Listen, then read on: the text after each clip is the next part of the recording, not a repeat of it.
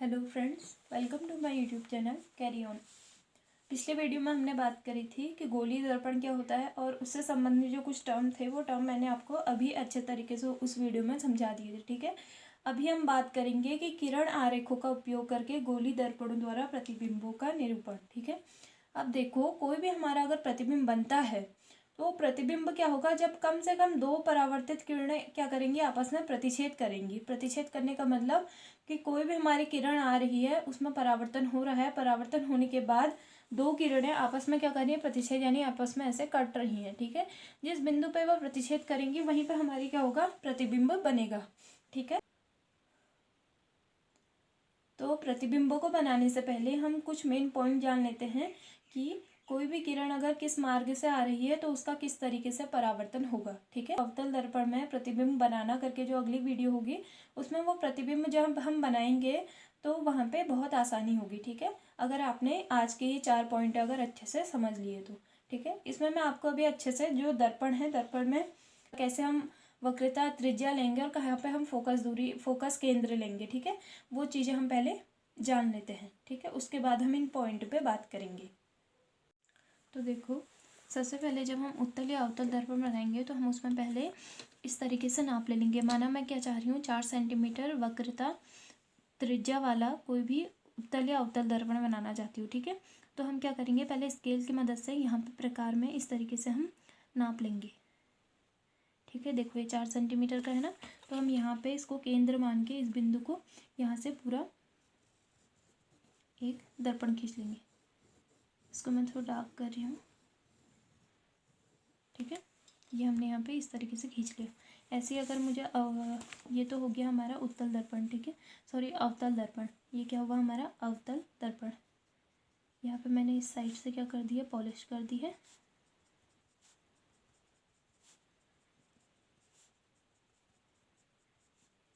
तो ये है अवतल। ठीक है, यहाँ तक आया समझ में। इसके बाद बात करते हैं उत्तल दर्पण बनाने की। तो दूरी वही रहेगी 4 सेंटीमीटर की जो मैंने ली है, और मैंने यहाँ पे इस तरीके से यहाँ पे उत्तल दर्पण में खींच लिया। थोड़ा सा इसको डार्क कर देती हूँ ताकि आपको अच्छे से दिखे।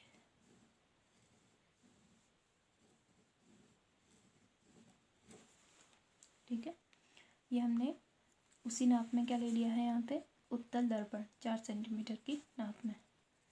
तो फिर क्या करेंगे, यहाँ पे एक मुख्य अक्ष खींचेंगे। ठीक है, हमने दोनों दर्पण बना लिए। अब इनके क्या दर्शाएंगे, मुख्य अक्ष। मुख्य अक्ष किसे कहते हैं, ऐसी काल्पनिक रेखा जो दर्पण के सेंटर से होकर गुजरती है। ठीक है, यानी पोल से होकर गुजरती है। तो हमारा जो बिंदु था वो हमने यहाँ पे लिया था, तो यहाँ से हम क्या करेंगे, एक रेखा खींचेंगे। इसे क्या कह रहे हैं, काल्पनिक रेखा होती है। इसे क्या कहेंगे, मुख्य अक्ष, जो मैंने पिछली वीडियो में आपको अच्छे से बता रखा है। ये ऐसे ही हम यहाँ पे भी खींचेंगे। इसका केंद्र यहाँ पे था ना दर्पण का, तो ये इस तरीके से हमने यहाँ पे क्या खींच दी, पहले मुख्य अक्ष खींच दी। ठीक है, यहाँ तक आया समझ में। इसके बाद क्या करेंगे, जो बिंदु का केंद्र होता है उसे क्या कहते हैं, वक्रता केंद्र। तो केंद्र कहाँ पे था हमारा, यहाँ पे था। उसे हम सी से दर्शाएंगे। इस साइड हो चाहे इस साइड हो, दोनों साइड क्या दर्शा देंगे, हम सी से अच्छे से दर्शा देंगे। ठीक है, दोनों साइड मैंने दर्शा दिया अच्छे से। इसके बाद हम क्या करेंगे, जो वक्रता केंद्र से पोल, यहाँ पे क्या होता है, जो परावर्तक पृष्ठ है उसका जो केंद्र कहते हैं उसे क्या कहेंगे, पोल यानी ध्रुव। ठीक है, तो ये क्या हो गया हमारा पोल, मैंने वो भी दर्शा दिया। इसके बाद क्या कहेंगे कि जो हमारा वक्रता केंद्र है वहाँ से पोल तक की दूरी क्या कहलाती है, वक्रता त्रिज्या कहलाती है। और ऐसे ही जो फोकस होता है, ठीक है, जो फोकस होता है वो वक्रता केंद्र का क्या होता है, वक्रता त्रिज्या का क्या होता है, आधा होता है फोकस दूरी। यानी सी का जो हाफ होगा ठीक वहीं पर हमारा क्या होगा, फोकस बिंदु मुख्य फोकस होगा। तो सी का हमने कितने की ली थी यहाँ पे दूरी, 4 सेंटीमीटर की ना, ये देखो यहाँ पे 4 सेंटीमीटर की।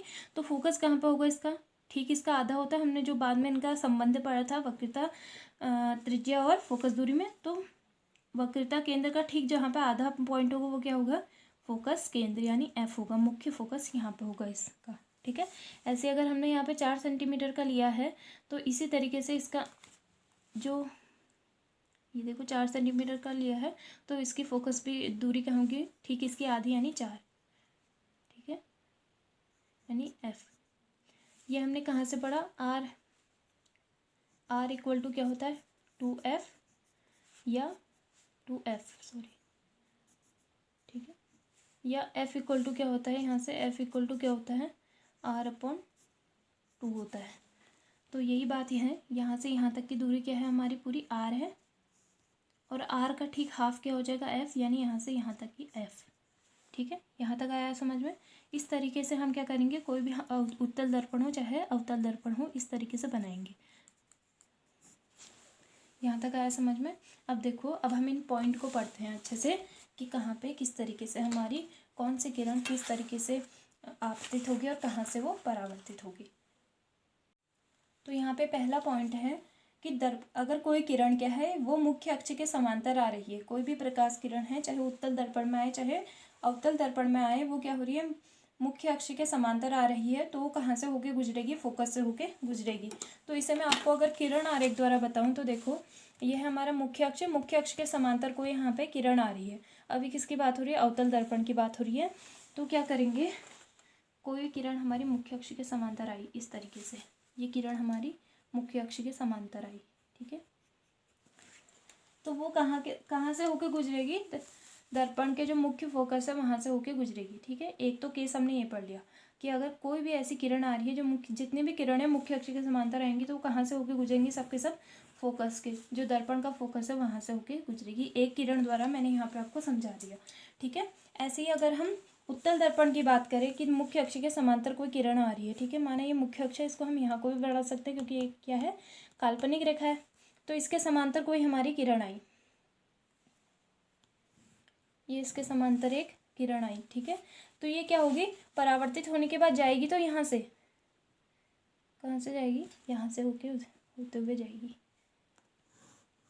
कोई किरण आएगी मुख्य अक्ष के समांतर गुजरेगी, कहाँ से, यहाँ से होके गुजर जाएगी। लेकिन हम क्या कहेंगे, ये मुख्य अक्ष के फोकस से क्या होती है, अगर इसको ऐसे पीछे को मिलाएंगे तो क्या कहेंगे कि मुख्य अक्ष के फोकस से होके गुजरती हुई क्या होगी, प्रतीत होगी, जिसे हमने यहाँ पे डॉट डॉट लाइन से यहाँ पे दिखा रखा है अच्छे से, ठीक है।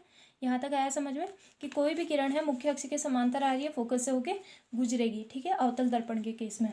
तो देखो, उत्तल दर्पण के केस में हम क्या कहेंगे कि कोई भी हमारी किरण जो मुख्य अक्ष के समांतर जाएगी तो वो क्या होगी, फोकस से गुजरती हुई प्रतीत होगी, ठीक है। पहला केस ये है, आपको समझ में आया होगा। इसके बाद बात करते हैं जो दूसरा पॉइंट है हमारा। तो देखो, दूसरा पॉइंट है यहाँ पे, अवतल दर्पण के मुख्य फोकस से गुजरने वाली किरण अथवा उत्तल दर्पण के मुख्य फोकस से निर्देशित किरण क्या होगी, परावर्तन के पश्चात मुख्य अक्ष के समांतर निकलेगी, ठीक है। ये जस्ट जो हमने पहला केस पढ़ा था इसका ठीक उल्टा है, ठीक है। अब क्या हो रही है, जो प्रकाश किरण है वो कहाँ से गुजर रही है, वो फोकस से होकर गुजर रही है, ठीक है। कोई भी हमारी आपतित किरण है, जो आपतित किरण है वो कहाँ से आ रही है, फोकस से होके आ रही है, ठीक है। ये हमारा फोकस है, यहाँ पे देखो, सॉरी यहाँ पे अब दिख रहा होगा। तो देखो, अब जो जस्ट अपोजिट केस है उसमें क्या है, कोई भी किरण हमारे फोकस से होके आ रही है, ठीक है। आपतित किरण कहाँ से आ रही है, फोकस से होके निकल रही है। तो ये हमारा फोकस है, तो यहाँ से हम क्या कर देंगे, एक किरण आपतित किरण आई, ठीक है, और आपतित किरण आने के बाद क्या हुई, दर्पण से टकराई। तो टकराने के बाद ये किरण कहाँ को जाएगी, ये दर्पण के मुख्य अक्ष के समांतर होते हुए जाएगी, ठीक है। जस्ट पहले वाले केस का उल्टा, ये, ठीक है, फोकस से आएगी तो दर्पण से टकराएगी, ठीक है। अब जस्ट उत्तल दर्पण, ठीक है, अभी तक हमने बात करी थी अवतल दर्पण। अब उत्तल दर्पण में क्या होगा कि कोई किरण होगी जो हमारे फोकस से जाती हुई प्रतीत होगी, जाएगी नहीं, वो क्या होगी, प्रतीत होगी। तो ये देखो, यहाँ से मैंने डॉट डॉट लाइन से यहाँ पे दर्शा दिया इसको, ठीक है। कोई भी हमारी किरण आ रही है और क्या हो रही है, फोकस से जाती हुई प्रतीत होती है, तो वो किरण क्या होगी, मुख्य अक्ष के समांतर निर्देशित होगी, यानी जो हमारा मुख्य अक्ष है उसके समांतर गुजरेगी।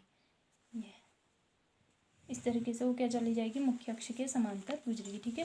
देखो, ये काल्पनिक रेखा होती है मुख्य अक्ष, तो अगर मैं इसे यहाँ को भी बढ़ा दूँ इस तरीके से, तो देखो ये जो किरण निकल रही है, आई तो ये वाली किरण जो फोकस से गुजरती हुई प्रतीत भी हो रही है, लेकिन जब वो निकल रही है तो क्या हो रही है, मुख्य अक्ष के समांतर निकल रही है। ठीक है, ऐसे यहाँ पे भी है, किरण आ रही है और किसके समांतर जा रही है, मुख्य अक्ष के समांतर जा रही है। यह अवतल दर्पण का केस और ये उत्तल दर्पण का केस। ठीक है, यहाँ तक आया समझ में। अब बात करते हैं तीसरे केस की। अगला पॉइंट है, अवतल दर्पण के वक्रता केंद्र से गुजरने वाली जो किरण है या उत्तल दर्पण के वक्रता केंद्र की ओर जो निर्देशित या गुजरती हुई प्रतीत जो किरण होती है वो परावर्तन के बाद क्या होगी, उसी पथ के अनुदिश वापस परावर्तित हो जाती है। देखो इसे कैसे समझेंगे, माना जैसे यहाँ पर हमने दोनों दर्पण ले लिया है, उत्तल दर्पण और अवतल दर्पण। ठीक है, वो कह रहा है कि जो वक्रता केंद्र है वहां से अगर कोई किरण गुजर रही है, ठीक है, कोई भी हमारी किरण है जो कहाँ से गुजर रही है, वक्रता केंद्र से होकर गुजर रही है, तो उसी पथ पे क्या होती है, अनुदिश हो जाती है। माना ये एक किरण आई इस तरीके से, ये आई, ठीक है, यहाँ से ये आई किरण, और जब ये दर्पण से ऐसे टकराई तो टकराने के बाद क्या होगा, यहाँ पे ये टकराई इस बिंदु पर, तो टकराने के बाद क्या होगा, ये उसी पथ पे अनुदिश हो जाती है, यानी उसी पथ पर वापस लौट जाती है। ठीक है, ऐसी कोई वक्रता के केंद्र से अगर कोई किरण गुजर रही है, ठीक है, ऐसी कोई किरण जो क्या है, जो दर्पण का वक्रता केंद्र है वहां से आ रही है, तो वो दर्पण पे टकराएगी और परावर्तन के बाद इधर ना उधर वो उसी पथ पर क्या होगी, अनुदिश होकर वापस लौट जाएगी। ठीक है, जैसे आपने अगर समतल दर्पण की बात करें तो यहाँ पे बीच में एक अभिलंब पड़ा था। अब देखो अगर कोई किरण यहाँ से जा रही है तो यहाँ से जाएगी, फिर इधर से आएगी तो इधर को जाएगी। ठीक है, ऐसे ही अगर वो ठीक अभिलंब पर कोई किरण आती है तो वो टकरा के क्या होगी, उसी पथ पे क्या होगी, अब वापस चले जाएगी। देखो यहाँ से आएगी तो यहाँ को जाएगी, कोई किरण अगर यहाँ से आई तो वो इधर को चली जाएगी। ऐसे धीरे धीरे जब ये किरणें ऐसे जाने लगेंगी तो एक बीच में क्या आएगा, अभिलंब आएगा, जिसे हम क्या कह रहे हैं, अभिलंब।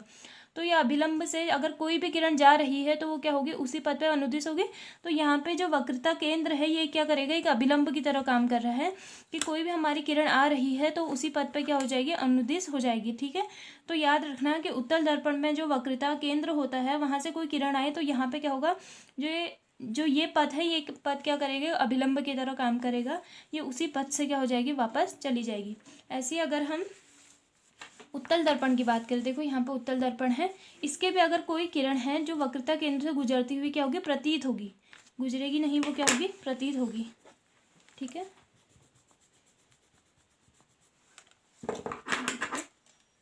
कोई किरण आ रही है और वो इस तरीके से गुजरती हुई प्रतीत होगी, तो इस लाइन को हम डॉट डॉट से दर्शाएंगे। ठीक है, ये देखो कोई किरण यहाँ से आई तो कहाँ से, उसी दिशा में क्या हो जाएगी, उसी मार्ग पे वापस लौट जाएगी, जो वक्रता केंद्र से क्या होगी, गुजरती हुई प्रतीत होगी। यहाँ तक आया समझ में। कोई भी किरण जो हमारी आ रही है वो अगर उत्तल दर्पण में देखा जाए तो क्या होगी, वक्रता केंद्र से गुजरती हुई प्रतीत होगी, तो अपने पथ पे क्या हो जाएगी, वापस लौट जाएगी। ठीक है, ये देखो आया यहाँ पर समझ में। इसके बाद बात करते हैं अगले केस की। ठीक है, अभी इसको मैं और बाकी दर्पण में भी जैसे हमने पहले वाले केस पढ़े थे ना, ये देखो अगर आपको यहाँ पे ये दर्शाने को कह दिया जाए कि यहाँ पे आपतन कोण और परावर्तन कोण कहाँ पे बनेगा, देखो परावर्तन की घटना तो यहाँ पे भी हो रही है ना, ये हमारा दर्पण है, यहाँ पे हमारा कोई किरण आ रही है और जा रही है। ठीक है, तो क्या करेंगे, जब मैंने समतल दर्पण में बताया था तो हम आपतन कोण परावर्तन कोण कैसे निकाले थे, ये हमारा समतल दर्पण था, यहाँ पे ये क्या था, अभिलंब था। ठीक है, तो कोई भी किरण हमारी आ रही थी इस तरीके से और जा रही थी इस तरीके से, यहाँ पे जो कोण बन रहा था अभिलंब और इसके बीच में, उसी को हम क्या कह रहे थे, आपतन कोण और परावर्तन कोण कह रहे थे ना। ये हमारा आपतन कोण हो गया और ये हो गया परावर्तन कोण, ये आया समझ में। ऐसे ही यहाँ पे भी तो आपतन कोण और परावर्तन कोण बनना चाहिए ना, तो उसके लिए क्या चाहिए, बीच में एक अभिलंब चाहिए।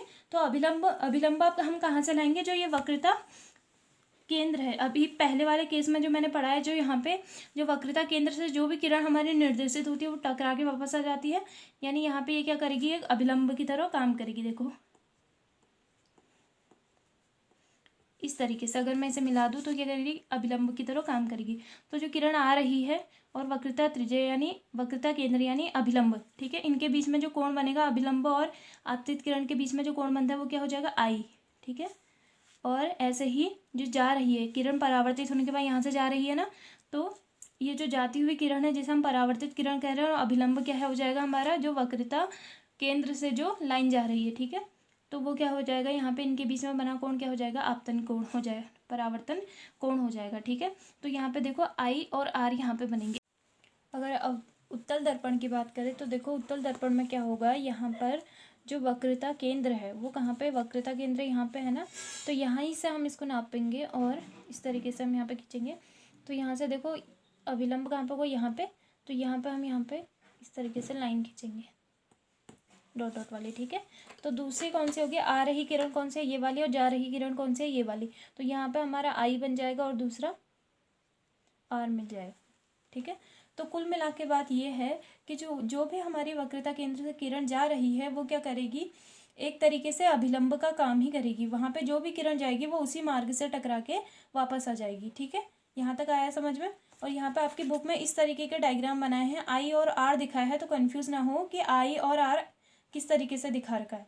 जो वक्रता केंद्र है वहाँ से अभिलंब जा रहा है, इस तरीके से हमें क्या मिल गया है, इस तरीके का एक डायग्राम मिल गया है। ठीक है, जो यहाँ पे जो अभिलंब का काम कौन कर रहा है, यहाँ पे जो वक्रता केंद्र से जो किरण जा रही है। ठीक है, यहाँ तक आया समझ में। इसके बाद हम बात करते हैं जो हमारा फोर्थ पॉइंट है। फोर्थ पॉइंट क्या है, देखो कोई भी हमारा अवतल दर्पण है उसमें अगर कोई तिर्यक दिशा में कोई क्या आ रही है, आपतित किरण आ रही है, तो वो किस तरीके से परावर्तित होगी। तिर्यक दिशा की बात करें तो तिर्यक दिशा क्या होगी, जैसे यहाँ पे हमारा दर्पण है तो वो इस तरीके से जो किरण आएगी। ठीक है, जैसे ये है हमारा मुख्य अक्ष है तो इस तरीके से जो किरण आएगी। ठीक है, ये क्या कहलाएगी, तिर्यक दिशा में कोई हमारी जब किरण आएगी। तो हम इसके बारे में बात करते हैं। तो देखो इसे किस तरीके से निरूपित करेंगे, कोई भी हमारी प्रकाश किरण है, ये मैंने उत्तल दर्पण और अवतल दर्पण दोनों मैंने बना दिए हैं यहाँ पे। इसमें क्या होगा, कोई भी जो हमारी प्रकाश किरण है वो क्या आ रही है, तिर्यक दिशा में आ रही है। ठीक है, सॉरी यहाँ से बनेगी इसकी पॉलिश। ठीक है, उत्तल और अवतल, ये क्या है, उत्तल। ठीक है, इसमें क्या होगा, कोई भी हमारी प्रकाश किरण तिर्यक दिशा में आ रही है और कहाँ पे, किस बिंदु पे टकरा रही है, जो हमारा दर्पण का ध्रुव है, जिसे क्या कह रहे हैं हम, पोल कह रहे हैं। ठीक है, ये है हमारी आपतित किरण। तो ये किरण क्या होगी, जब परावर्तित होगी तो ये क्या होगी, तिर्यक दिशा में ही निकल जाएगी, यानी पोल से सीधे जितना एंगल यहाँ पे बना रखा है उतने का ही एंगल बना के ये चली जाएगी। ठीक है, ये देखो इस तरीके से। तो यहाँ पे देखो सी से यहाँ तक ये अभिलंब हो जाएगा। यहाँ पे जो भी हम कह रहे थे कि किरण सी से जो भी हमारी रेखा निकलेगी वो अभिलंब का काम करेगी। तो अभी इस तरीके से अगर हम किरण को माने तो यहाँ पे देखो ये एंगल क्या बन जाएगा, आई बन जाएगा, यानी आपतन कोण, और ये क्या बन जाएगा, परावर्तन कोण। यहाँ तक आया समझ में। ऐसे अगर हम यहाँ पे बात करें, कोई भी किरण हमारी आ रही है और कहाँ पे टकरा रही है, पोल पे, यानी दर्पण का ध्रुव हम जिसे कह रहे हैं। ठीक है, यहाँ पे टकराई, जिसे क्या कहेंगे, आपतित किरण। टकराने के बाद वो जिस बिंदु से होती हुई क्या कहाँ से निकलेगी, वो तिर्यक दिशा में ही निकल जाएगी। इस तरीके से आया समझ में। और यहाँ पे अगर हम कोण आई और आर की बात करें तो यही है जो सी से, ये क्या है, सी से जो रेखा आगे को गुजरेगी, तो इसी को अगर हम इस तरीके से डॉट डॉट लाइन को मिला दे तो ये क्या है, सी एक तरीके से अभिलंब का काम करेगा, तो ये क्या बन जाएगा, कोण, आपतन कोण, और ये परावर्तन कोण। ठीक है, अवतल दर्पण की यह है और उत्तल दर्पण के लिए कि ये है। तो देखो मैंने आपको सारे केस पढ़ा दिए हैं। जब कोई किरण कहाँ से जा रही है, सबसे पहले हमने पढ़ा कोई किरण अगर समांतर किसके, मुख्य अक्ष के समांतर जाएगी। ठीक है, दूसरा केस हमने पढ़ा अगर कोई किरण क्या जा रही है, फोकस से होके जा रही है। तीसरा केस हमने पढ़ा कि अगर कोई किरण क्या है, वक्रता केंद्र से जा रही है। और चौथा केस हमने पढ़ा कि अगर कोई दर्पण के ध्रुव से जा रही है। ठीक है, इन्हीं बिंदुओं से हमारे क्या होता है, दर्पणों में क्या होता है, प्रतिबिंब का निर्माण होता है। तो ये पॉइंट आपको अच्छे से आने चाहिए। अगर ये पॉइंट आपको अच्छे से समझ में आ गए तो इसके बाद जब हम उत्तल दर्पण में प्रतिबिंबों का जब निर्माण करेंगे तो वहाँ पे आपको ये पॉइंट अच्छे से आने चाहिए, वहाँ पे यही चीज़ें आएंगी। ठीक है, तो आप इसे अच्छे से तैयार कर लेना। इसके बाद आज के लिए इतना काफ़ी है। कल को हम बात करेंगे कि अवतल दर्पण में प्रतिबिंब किस तरीके से बनते हैं। ठीक है, आज के लिए इतना काफ़ी है। Thank you so much.